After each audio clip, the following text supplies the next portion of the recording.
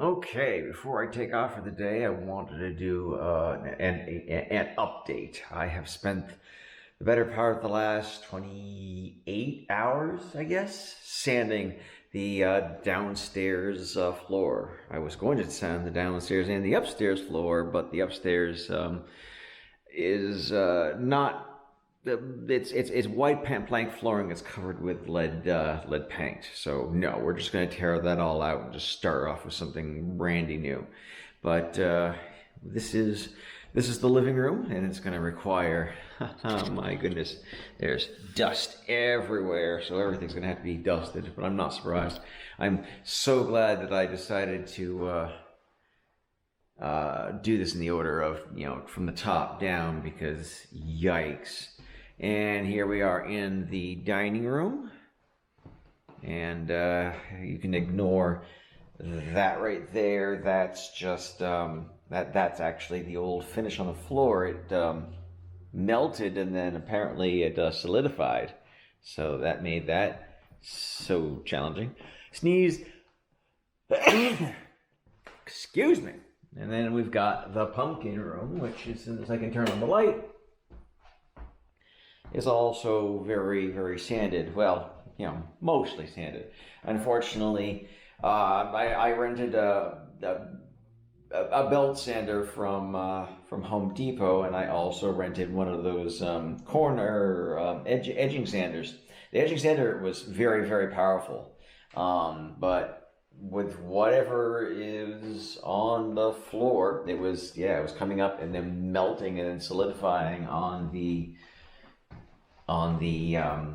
sanding discs, and it made them unusable. I only bought 3. Look, here's one of them now, and that's actually the least of them. That one actually, is that one is fine, but other ones are completely excuse me, oh, look, actually, here's a perfect example. It's completely congested with that happened within like 2 minutes, and these things are not cheap. And I'm less concerned about the actual expense of them and more concerned with the fact that I only bought 3, so I went through them stupidly quickly. And here's the kitchen. And so here's an update. I sanded the living heck out of this. This is about as good as it's going to get. These boards right here they're rotten. They're going to require replacement. I think I can sand these ones back to normal, but I may not bother because, look at the gaps in between these boards. It should be a nice tight fit. And of course, over the course of years, they probably changed dimensions greatly, so I'm going to just replace those. Underneath the sink was absolutely disgusting, and now it's slightly less disgusting. And by slightly, I mean it's actually quite a bit less disgusting. This stuff had just been allowed to run and roll underneath the sink there for years, decades. So I was able to get most of it out. Unfortunately, because the polyurethane or whatever the coating is there, it was melting. It stopped. And this, God, I wish I'd gotten a before photo of this. There was a rug here, and when I peeled the rug back, it was nothing but black under here. The entire thing was just black. I don't know if it's mold or dirt or what, but it was disgusting. But I swept and I mopped, and then I eventually sanded with several different types of things there, and it is returned back to a normal color. Huzzah! Now comes the fun part. We get to remove this and this and this and this from this room. Then we get to stain it, and then we get to